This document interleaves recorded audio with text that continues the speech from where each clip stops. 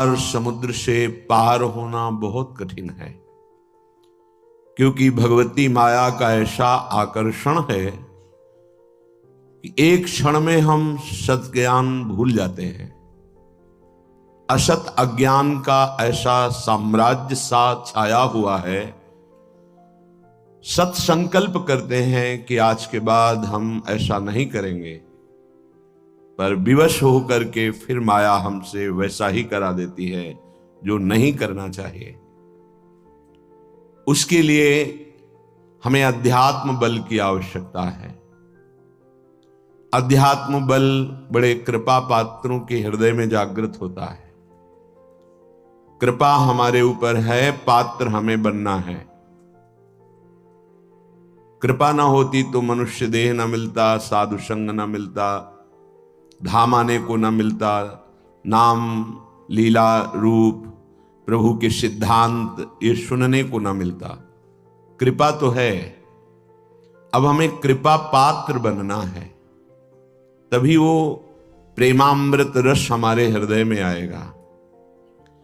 कृपा पात्र उपासक एकमात्र अपने आराध्य देव के चिंतन का ही महत्व रखता है। उपासक के अंदर ये प्रश्न नहीं आना चाहिए कि हमें 6 महीना 1 वर्ष हो गए नाम जप करते हुए, कोई हमें परिवर्तन तो नहीं दिखाई दे रहा। 1 महीना अगर हम नाम जप कर रहे हैं या 1 वर्ष नाम जप कर रहे हैं तो ये सत चिंतन है। सत चिंतन कभी व्यर्थ नहीं होता। तुम्हें पता नहीं है कि तुम्हारे कितने अशुभों का नाश कर चुका है नाम, यदि वास्तविक आप जप रहे हैं। संचित कर्मों को पहले भस्म करता है नाम। इसीलिए नवीन उपासक को यह अनुभव नहीं होता कि नाम का फल क्या है, क्या आनंद है, क्या दुख मिटता है। इसलिए प्रार्थना है आप अपने अज्ञान के कारण कहीं नाम जपना ना छोड़ दे कि जब से नाम शुरू किया हमें कोई लाभ नहीं दिखाई दे रहा, हमें नौकरी नहीं मिल रही, हमारा काम नहीं बन रहा, हमारे दुख नहीं मिट रहे और दुख बढ़ रहे हैं। ऐसा आपको माया अनुभव कराएगी। पर आपको दृढ़ विश्वास रखना है सदगुरुदेव के वचनों में, शास्त्र वचनों में, संतवाणी में। इसी विश्वास के सहारे हम अध्यात्म बल से युक्त हो जाते हैं। नहीं तो जब हम नाम जप करते हैं तो सबसे पहला काम नाम का होता है गोदाम में आग लगाना। जो हमारे संचित कर्मों का शुभ अशुभ गोदाम है उसको भस्म करता है। अब ये बात पता नहीं है तो वो वर्तमान में तत्काल फल देखना चाहता है कि हम नाम जप किए तो हमारी सारी कामनाओं की पूर्णता हो ही जानी चाहिए। नहीं, नाम जप का फल क्या हुआ, वो ऐसा सोचता है। पर ऐसा नहीं है। नाम जब सबसे पहले अशुभों का नाश करता है, फिर शुभ फंसाने वाले जो होते हैं वो उनका भी नाश कर देता है। इसके बाद क्रियमाण पूरा परम पवित्र करके भगवद अर्पित कराता है, प्रारब्ध भोगने की सामर्थ्य देता है। फिर आनंद का ऐसा उन्माद होता है, आनंद की ऐसी उत्तम अवस्था होती है जो वाणी से वर्णन नहीं की जा सकती। आप धैर्यवान बने, उत्साह पूर्वक नाम का जप, नाम का कीर्तन, नाम का चिंतन करें। परिणाम बहुत मंगलमय होगा। थोड़ा धीरज रखें, थोड़ा विश्वास करें। न एक एक नाम आपको उठा रहा है, अभी आपको समझ में नहीं आएगा। जब आपके पाप नष्ट हो जाएंगे, हृदय निर्मल होने लगेगा, तब आपको समझ में आएगा। मेरा मन प्रियाजू की कृपा से इस प्रेम रस में आविष्ट हो गया है। अब मेरे लिए वृंदावन से उत्तम कोई नहीं, क्योंकि वृंदावन ने मुझे प्रियाजू प्रदान किया, प्रियाजू के चरणों का प्रेम प्रदान किया, राधा नाम प्रदान किया। अब किसी की कोई मर्यादा नहीं। प्रेम की अपनी स्वयं की मर्यादा है कि वो किसी की मर्यादा नहीं रखता। प्रीति न काहू की कान विचारे, ये प्रेम है। प्रीति की रीति रंगीलो ही जाने। अगर प्रेम का सही रूप कोई जानता है तो प्रभु श्री कृष्ण जानते हैं। इसलिए वो मर्यादा पुरुषोत्तम के रूप में जब अवतरित हुए तो एक एक मर्यादा का पालन। और जब लीला पुरुषोत्तम प्रेमावतार श्री कृष्ण चंद्र महाराज की लीलाओं को समझना सदगुरु की चरण शरण में बैठकर ही हो सकता है। जो रसिक हैं, जो लाडली लाल के रस में डूबे हुए रसिक सदगुरुदेव हैं, उनके चरणों के समीप बैठकर ही इनकी लीला समझ सकते हैं। नहीं, इनकी लीला बड़े बड़े मुनियों के लिए भी अगोचर ही है। न देवैर ब्रह्मादेर न खलु हरि भक्तेर न सुहृदा, ये स्वयं बाके हैं, इनकी लीला भी बाकी है। ये बाके की बाकी लीला को जिसका कहीं कुछ बाकी नहीं रह गया वही समझ सकता है। कोई भी चाह, कोई भी लालसा यदि बाकी है तो बाके की लीला को नहीं समझ सकता। जिसका हृदय समस्त कामनाओं से, इच्छाओं से रहित हो चुका है और प्रेम रस का रसिक हो गया है, वो इनकी लीलाओं को जानता है। श्रीपाद कह रहे, ये मैंने इसलिए कहा कि मेरा मन श्यामा श्याम के प्रेम में अब प्रवेश कर गया है और ये प्रेम पंचम पुरुषार्थ है। तो उपासक को बड़ी कृपा यदि वृंदावन धाम आने को मिले, आश्रय मिले, वास करने को मिले, उसमें विशिष्ट कृपा के सत्संग मिल जाए। सत्संग से हमारे समस्त संशयों का नाश हो जाता है और हृदय दृढ़ हो जाता है कि अब मैं मुक्त होना चाहता हूं। जीवन मुक्त महापुरुष ही प्रेम में प्रवेश होता है, ध्यान रखना। प्रेम रस तभी प्राप्त होता है, पहले प्रेम जीवन मुक्त करता है, तत्वबोध कराता है। सर्वान वस्तु तया निरीक्ष परम स्वाराध्य बुद्धिर्मम, जो उपनिषद कहते हैं सर्वम खलमिदम ब्रह्मणे नानास्ति किंचन, इसका पहले बोध होता है, फिर प्रेम रस प्राप्त होता है। जीवन मुक्त करके विदेह स्थिति से फिर वो प्रेम प्रदान करते हैं। जैसे पांचों भूले देह शुद्धि, ये विदेह स्थिति है, तब छठे भावना रास की, तब वो भावना में प्रवेश करता है।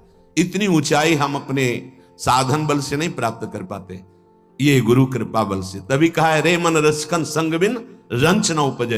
एक साधारण बिना साधन जानने वाले को भी प्रियाजू मिल गए। क्यों? क्योंकि सीधे रसिक कृपा और आसक्ति मेरी लाडली, मेरी प्रियाजू। वो दुनिया के शास्त्रों का परिचय नहीं जानता, सिद्धांतों का परिचय नहीं जानता, बस उसके हृदय में एक बात बैठ गई, मेरी प्रियाजू, मेरी स्वामिनी, मेरी प्राण प्रिय सखी, लाडली जू, बात बन गई। ये जन्म बंधन से, कर्म बंधन से मुक्त होना बहुत कठिन विषय, बहुत कठिन। जब शास्त्रों का स्वाध्याय करो तब पता चलता है। तभी कहते हैं भगवत प्राप्ति अत्यंत कठिन, पर वो गलत शब्द है। भगवत प्राप्ति अत्यंत सरल। संसार का राग, शरीर का राग छोड़ पाना बड़ा कठिन, इसीलिए परिणाम को वो कठिन बोल देते हैं। परिणाम को कठिन बोलने से घाटा हो जाएगा, हम डर जाएंगे कि हम भगवत प्राप्ति नहीं कर पाएंगे। हमें उत्साह रखना है कि भगवत प्राप्ति बहुत सरल है। कठिन है शरीर संसार का राग छोड़ना, और इसकी जिम्मेवारी है गुरुदेव की। बस आप उनके कथनानुसार चले तो शरीर और संसार के राग का नाश हो जाएगा। परमार्थ का स्वरूप कल के सत्संग में वर्णन किया गया कि उपासक चाहे वो गृहस्थ हो या विरक्त, यदि इस मार्ग में उन्नति प्राप्त करना चाहता है तो किसी के स्वभाव या कर्म की ना तो प्रशंसा करे और ना निंदा करे। क्यों? जब वो गलत कर रहा है तो निंदा क्यों ना करें? तुम क्रिया को देख रहे हो लेकिन पावर को नहीं देख रहे। पावर गोविंद है उसमें, सामर्थ्य गोविंद है उसमें। उपासक उपास्य देव को देखता है, क्रियाओं को नहीं देखता। बोले नहीं, बहुत गंदा आदमी, उससे हम भगवान कैसे मान सकते हैं? तो गंदा उसकी क्रिया को लेकर के है, लेकिन परम कारण तत्व जो बैठा है वो निर्विकार, चेतन, अमल, सहज सुख राशि, उसको क्यों नहीं देखा? तुम क्रिया देखने वाले संसारी नहीं हो, तुम तत्व का दर्शन करने वाले भगवत भक्त हो, उपासक हो, जिज्ञासु हो।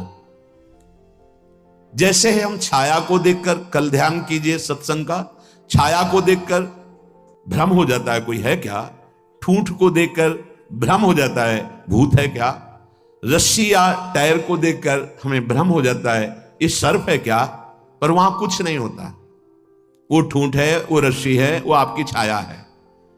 ठीक ऐसे ही पूरे संसार में आपके सिवा कुछ नहीं है।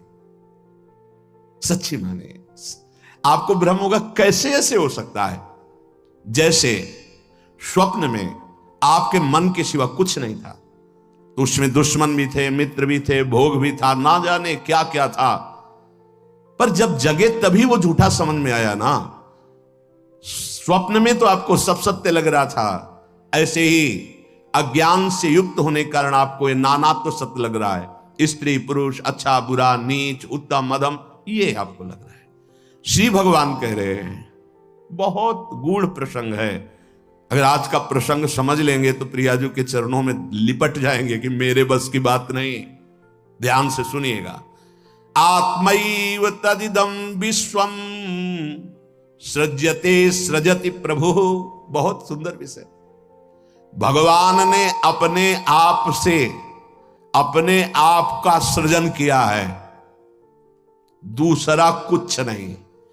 आत्मैव तदिदं विश्वम सृज्यते सृजति प्रभु त्रायते त्राति विश्वात्मा ह्रियते हरितीश्वर।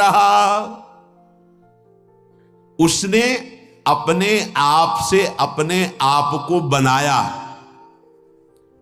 त्रायते त्राति विश्वात्मा ह्रियते हरितीश्वर, और अपने आप से अपने आप की रक्षा की, पालन किया। और फिर ह्रियते हरितीश्वर, फिर अपने आप से अपना संहार किया। यह है सत्य विषय। उद्धव तस्मान्नहात् बनोन्यस्मा दन्यो भावो निरूपितः निरूपितेयं त्रिविधा निर्मूला भातिरात्मनि इदं गुणमयं विद्धि त्रिविधम मायया कृतम। इसलिए उद्धव तुम सच्ची बातें समझो। मैं अपने आप से अपने आप को रचा, अपने आप से अपने आप का पालन किया, और अपने आप से अपने आप का संहार कर लूंगा। किसको दोष दर्शन दें, किसकी निंदा करें, किसकी प्रशंसा करें? कोई दूसरा हो तब ना। अब कह रहे हैं, हां, जिनको ज्ञान दृष्टि नहीं प्राप्त हुई है, व्यवहार दृष्टि प्राप्त हुई है, वो ये बात ना समझकर भिन्न देखते हैं। ये अच्छा, ये बुरा, ये स्त्री, ये पुरुष, ये जड़, ये चैतन्य, आदि आदि। उद्धव, ज्ञान दृष्टि के अतिरिक्त मेरे इस रहस्य को किसी और दृष्टि से नहीं जाना जा सकता। जो कुछ भी तुम्हें दिखाई दे रहा है, प्रतीत हो रहा है, तुम्हारे चिंतन में आ रहा है, ये केवल मैं ही मैं हूं। देखो, पीछे मन को लगाने की दो युक्तियां बताई गई थी। आपका मन जहां जहां जा रहा है वहां भगवान देखने की चेष्टा करे। वो वस्तु, वो व्यक्ति, वो पदार्थ, वो श्री भगवान ही हैं। क्योंकि जब पहले सृष्टि नहीं थी तो श्री भगवान थे। भगवान ने अपने आप में सृष्टि रची तो सब कुछ भगवान है, और जब समेट लेंगे तो केवल भगवान बचेंगे। तो जहां जहां मन जाए, जिस वस्तु व्यक्ति स्थान में, उस श्री भगवान को देखिए कि ये वस्तु, ये व्यक्ति, ये स्थान मेरे आराध्य देव बने हुए। दूसरी बात कही गई थी, जहां जहां मन जाए वहां से हटा के अपने लक्ष्य में लगाइए। बार बार मन को ऐसा करने से वो मन लक्ष्य में लग जाएगा, स्थिर हो जाएगा। अनिर्वचनीय मैं ही सब रूपों में स्वयं विराजमान हूं। इसलिए मेरी सृजन लीला देखकर, मेरी पालन स्थिति लीला देखकर और मेरी संहार लीला देखकर मेरा भक्त विचलित नहीं होता, क्योंकि मैं ही मैं स्वयं का सृजन, पालन और संहार कर रहा हूं। ये जो तीन प्रतीतियां हो रही, सृजन, पालन, संहार, अध्यात्म, अधिदैव, अधिभूत, ये बिल्कुल निर्मूल हैं। जैसे माया, जैसे स्वप्न में कुछ नहीं था, वैसे ही माया के द्वारा कुछ नहीं है। न सृजन है, न पालन है, न संहार है। मान सकते हो? मलिन अंतःकरण अज्ञान की स्थिति में कैसे मान पाओगे? ना होने पर यह प्रतीत हो रहा है। कैसे? ये तीन गुणों के प्रकाश से, सतोगुण, रजोगुण, तमोगुण के प्रभाव से दृष्टा, दर्शन, दृश्य, ये त्रिविधता पैदा हो गई। इसी त्रिविधता को मिटाने के लिए हमें मानव जन्म मिला है, साधना मिली, किसी और को पाने के लिए नहीं, अपने आप को जानने के लिए। एतद् विद्वान मदुदितम ज्ञान विज्ञान नैपुणम न निंदन्ति न च स्तौति लोके चरति सूर्यवत। जो मेरे इस परमार्थ सिद्धांत को जान जाता है, वो ज्ञान विज्ञान में उत्तम स्थिति को प्राप्त हुआ महात्मा, ना कभी किसी की प्रशंसा करता है और ना किसी की निंदा करता है। वो सूर्य के समान पूरे त्रिभुवन में समभाव से विचरता है। प्रत्यक्षेणानुमानेन निगमेन आत्म संविदा आद्यंतवद सज्ञात्वा निसंगो विचरेदिह। इसलिए मेरा भक्त प्रत्यक्ष से, अनुमान से, शास्त्र से, आत्मानुभूति से, महापुरुषों से वो ये जान चुका है कि ये माया का त्रिविध खेल चल रहा है, सतोगुणी, रजोगुणी, तमोगुणी, पालन, सृजन, संहार। इसलिए वो सबसे असंग हो जाता है। ये स्थूल सूक्ष्म कारण तीनों लोग असंग होकर के वो अपने आप से अपने आप में तृप्त रहता है। धन्य है ऐसा महापुरुष जो अपने आप से अपने आप में तृप्त रहता है, वो असंग भाव से विचरता है। उद्धव जी को एक प्रश्न यहां परेशान करने लगा मन में कि आत्मा अविनाशी चैतन्य घन, शरीर जड़ नाशवान, फिर ये जन्म किसका होता है, फिर मरण किसका होता है? प्रश्न कर बैठे। बहुत सुंदर प्रश्न है और बहुत सुंदर उत्तर है। यदि आप समझ पाए तो आप प्रियाजू के चरणों में भाग पड़ेंगे, क्योंकि आपकी समझ के परे की बात है। लाडली जी, मेरी तो कुछ समझ में नहीं आया, बस मैं तो यही कह रहा हूं, हमारी महारानी श्री राधा रानी। इसलिए सुन, थोड़ा धूप का ताप लगे ना तो वृक्ष की छाया अच्छी लगती है। देखो, संसार से मुक्त होने के लिए ये बहुत जोर का प्रश्न है। उद्धव जी ने कहा, नैवात्मनो न देहस्य संसतिर्दृष्ट दृश्ययोः अनात्मस्व दृशोरीस कस्य स्युदुपलभ्यते। प्रभु, ये चर्चा आपको मिलेगी नहीं प्रायः, क्योंकि कथन और श्रवण के लिए स्थान की भी जरूरत होती है। तो यह श्रीधाम वृंदावन, और यहां व्यक्त अव्यक्त बड़े बड़े महापुरुष पधारे हुए हैं। तुम्हारी दृष्टि नहीं है तो तुम्हें व्यक्ति समझ में आएगा। जहां भगवत शास्त्रों का सत्संग होता है वहां सनक सनंदन सनातन सनत कुमार श्री हनुमान जी महाराज, बड़े बड़े महाभागवत पधारते हैं, और उन्हीं के सानिध्य से समझ में आ सकता है। ये विशुद्ध भागवत परमार्थ मार्ग है। उद्धव जी ने पूछा कि भगवान, ये जो आत्मा है ये दृष्टा है और शरीर जो है ये दृश्य है। आत्मा स्वयं प्रकाश है और देह जड़ है। ऐसी स्थिति में ये जन्म मरण किसका होता है? आत्मा का जन्म मरण हो नहीं सकता, क्योंकि स्वयं प्रकाश है, और जड़ शरीर का हो नहीं सकता, क्योंकि नाशवान विकारी है, ये तो यही नष्ट हो जाता है। महाराज, ये मरता कौन है और जन्मता कौन है? ना आत्मा और न शरीर। अगर ये शरीर जन्मता मरता है तो शरीर को नष्ट करने के बाद फिर अब जन्म मरण खत्म हो जाना चाहिए, पर फिर शरीर मिलता है। आत्मा को हो नहीं सकता, क्योंकि स्वयं प्रकाश, निर्विकार, चैतन्य घन। तो ये होता किसको है जन्म मरण? इसका होना उपलब्ध है कि होता है जन्म मरण, तभी होता किससे है भगवान? हे जगत गुरु, आप हमारे संशय की निवृत्ति करें। आत्मा व्ययो गुणः शुद्धा स्वयं ज्योतिरनावृतः अग्निवद्दारुवच्चिद्देहा कस्येह संसृति। नाथ, आपकी कृपा से इतना तो पता चला है कि आत्म तत्व अविनाशी है, प्राकृत अप्राकृत गुणों से रहित है, शुद्ध स्वयं प्रकाश है, कोई भी आवरण उसे ढक नहीं सकता। शरीर विनाशी है, साकार है, अशुद्ध है, आत्मा से प्रकाशित है और आवृत है माया के गुणों से। प्रभु, आत्मा तेज स्वरूप प्रकाशमान, शरीर काठ की तरह अचेतन, फिर ये जन्म मृत्यु संसार किसको प्राप्त होता है? कौन है जो बार बार जन्मता है मरता है?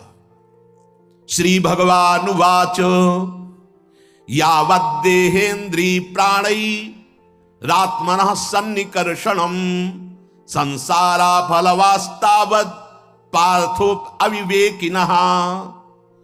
भगवान श्री कृष्ण ने कहा, प्रिय उद्धव, बहुत तुमने विशुद्ध परमार्थ के स्वरूप का प्रश्न किया है। यद्यपि इस संसार का ज्ञान में कोई अस्तित्व नहीं है, अज्ञान के कारण यह भास रहा है, पर ध्यान देने योग्य बात, जब तक ये देह का अभिमानी है, मैं स्त्री मैं पुरुष, मैं ये देख रहा हूं, मैं खा रहा हूं, मैं बोल रहा हूं, इंद्रियों का अभिमानी है, प्राणों का अभिमानी है, तब तक आत्मस्वरूप जो निर्विकार सच्चिदानंदमय है, इस भ्रांति के कारण बार बार जन्म और मरण को प्राप्त होता रहता है। यद्यपि ना उसका कभी जन्म होता है ना मरण होता है, फिर भी भ्रांति, ये भ्रांति स्वप्न की तरह है। अर्थे हृद्यमाने पी संस्कृतिर न निवर्तते, ध्यायतो विषयानस्य स्वप्ने नर्थागमो यथा। जब तक इसको ये भान रहता है कि मैं स्त्री हूं, मैं पुरुष हूं, मैं अपनी इंद्रियों से भोग रहा हूं, मैं ये भोगा हूं, ये भोगूंगा, ये उसकी भ्रांति ऐसे है जैसे स्वप्न में। और स्वप्न में प्राप्त हुआ सुख दुख जब तक जागता नहीं तब तक सत्य भासता है। स्वप्न की विपत्तियां या स्वप्न का सुख कोई भी सत्य नहीं है, पर वो जब तक जगाया नहीं जाएगा तब तक उस विपत्ति या सुख को भोगता रहेगा। ऐसे ही बिल्कुल न जन्म है न मरण है, आत्म तत्व निर्विकार, शरीर भ्रमात्मक त्रिगुणात्मिका माया से रचा हुआ। पर जो साधक, जो मनुष्य अपने को स्त्री या पुरुष मानकर और विषय भोगों का